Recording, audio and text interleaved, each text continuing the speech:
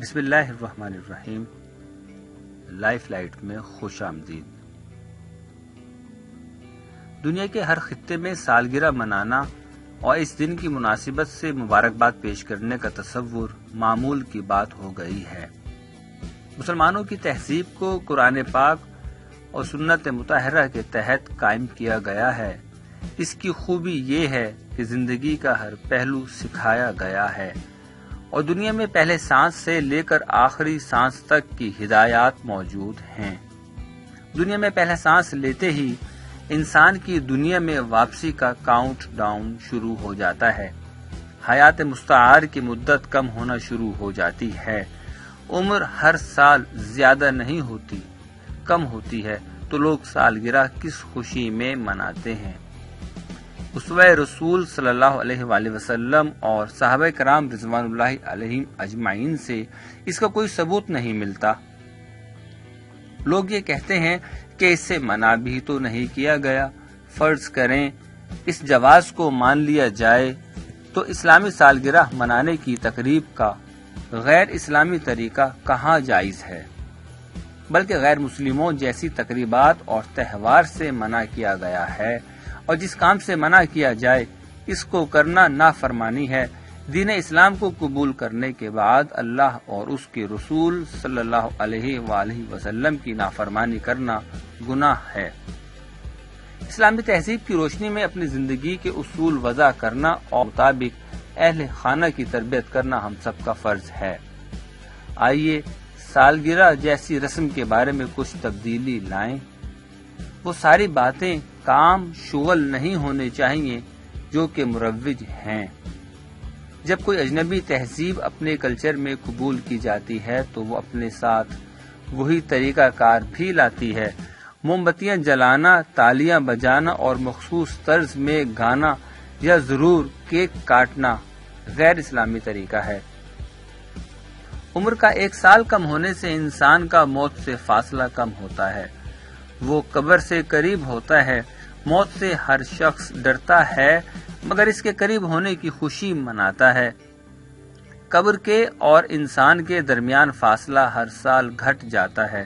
قبر میں جانے کی اس قدر خوشی منائی جاتی ہے جیسے اس قبر میں جانے کی تیاری مکمل ہو چکی ہے۔ جو تنہائی کا گھر ہے، کیڑے مکوڑوں کا گھر ہے، وحشتوں کا سامان وہاں رکھا ہے۔ عجب بات ہے کہ مہلت عمل کم ہو جانے پہ چراغاں کیا جاتا ہے۔ پیدائش کے دن کی خوشی منانے کے لیے اسلامی تہذیب میں عقیقہ رکھا گیا ہے، اس سے لوگ غافل ہیں۔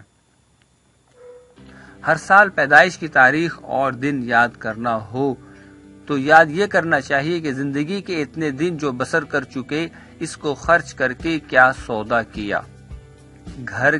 قبر کے گھر کے لیے نیکیوں کے کتنے چراغ جلائے ہیں، کتنا علم دین حاصل کیا اور علم پہ عمل کتنا کیا۔ صدقہ جاریہ کے لیے اس سال کیا عمل کیے، کتنی بری عادات چھوڑنے میں کامیاب ہوئے، اخلاقی پہلو میں کیا اضافہ ہوا۔ موت برحق ہے، اس کے بارے میں کتنا سوچا اور اپنی آخری منزل قبر کے قریب ہونے کا احساس کتنا تازہ ہوا۔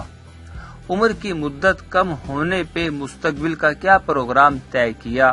عمر کی کرنسی کم ہو جانے پہ موت کے قریب ہو جانے سے جذبات کیا تبدیل ہوئے ہیں۔ ہمیں زندگی کا وہ رخ ہی اپنانا ہے جو اللہ سبحانہ و تعالی نے بتایا ہے۔ وَلِكُلِّ وَجْهَةٍ هُوَ مَوْلِهَا فَاسْتَبِقُوا الْخَيْرَاتِ۔ اپنی تاریخ پیدائش والے دن خوش ہونا اس کو زیب دیتا ہے جس نے اپنی قبر کے لیے مکمل تیاری کر رکھی ہو۔ موت سے قریب ہونے پہ تقریب منانا اس کے لیے خوشی کا باعث ہے جس نے اللہ تعالیٰ کو راضی کرنے کے لیے کوئی سرٹیفکیٹ حاصل کر لیا ہو، اور یقیناً اس دن دوست احباب رشتہ داروں کو بھی اسی وجہ سے ضرور مبارکباد دینی چاہیے۔ بچوں کو ہر سال کسی ایک سنت پہ عمل کرنے کی ترغیب دی جائے۔ ہر قوم کی تہذیب کا کوئی خاص شعار ہوتا ہے۔ اسلامی تہذیب کا شعار حیا ہے۔ بچوں کو ہر سال حیا کے تقاضے سکھانے میں ایک قدم آگے بڑھایا جائے۔ محرم اور غیر محرم رشتوں کی بتدریج پہچان کرائی جائے، لباس کو سائز بتانے کے لیے ہر سال آگے بڑھایا جائے،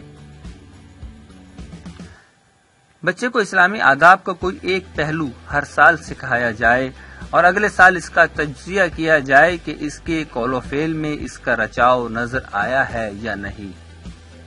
قد افلح من زکاہا اور قد خواب من دساہا کہ شعور کو ہر سال اجاگر کرنے کو اجتماع ہو تو اس کو بھی سالگرہ یعنی سالانہ محاسبہ تقریب کہا جا سکتا ہے۔ لوگ عموماً محاسبے کے نام سے دور بھاگتے ہیں اور جب کہا جائے کہ بچوں کو محاسبے کی عادت ڈالیں تو سمجھتے ہیں بچوں پہ ناروا ظلم کرنے کا کہا جا رہا ہے۔ اپنے نفس کا محاسبہ نہ کرنا ہی ذلت اور پستی کی طرف جانے کی علامت ہے۔ ہم کہتے ہیں ہر سال محاسبہ کرو، اچھی رپورٹ کی خوشی میں دعوت کرو، اور مزید اچھے ارادوں پہ احباب کو چاہیے کہ جو حوصلہ افزائی کے لیے تحفے تحائف بھی دیں اور بری رپورٹ پہ خود پہ کوئی پابندی لگائیں۔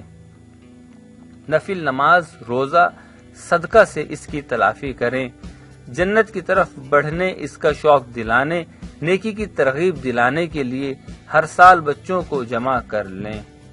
دنیا کی خوشیاں، مستیاں، تقریبات، تحفے تحائف لینے دینے کے کلچر کو کلمہ گو بنانے کی ضرورت ہے۔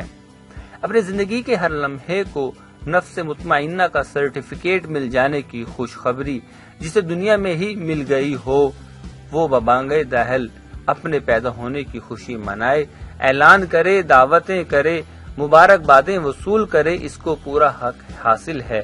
کیا واقعی کسی کے پاس مرنے سے پہلے ایسا سرٹیفکیٹ ہو سکتا ہے؟ ہم امید کرتے ہیں کہ آپ کو یہ ویڈیو پسند آئے گی۔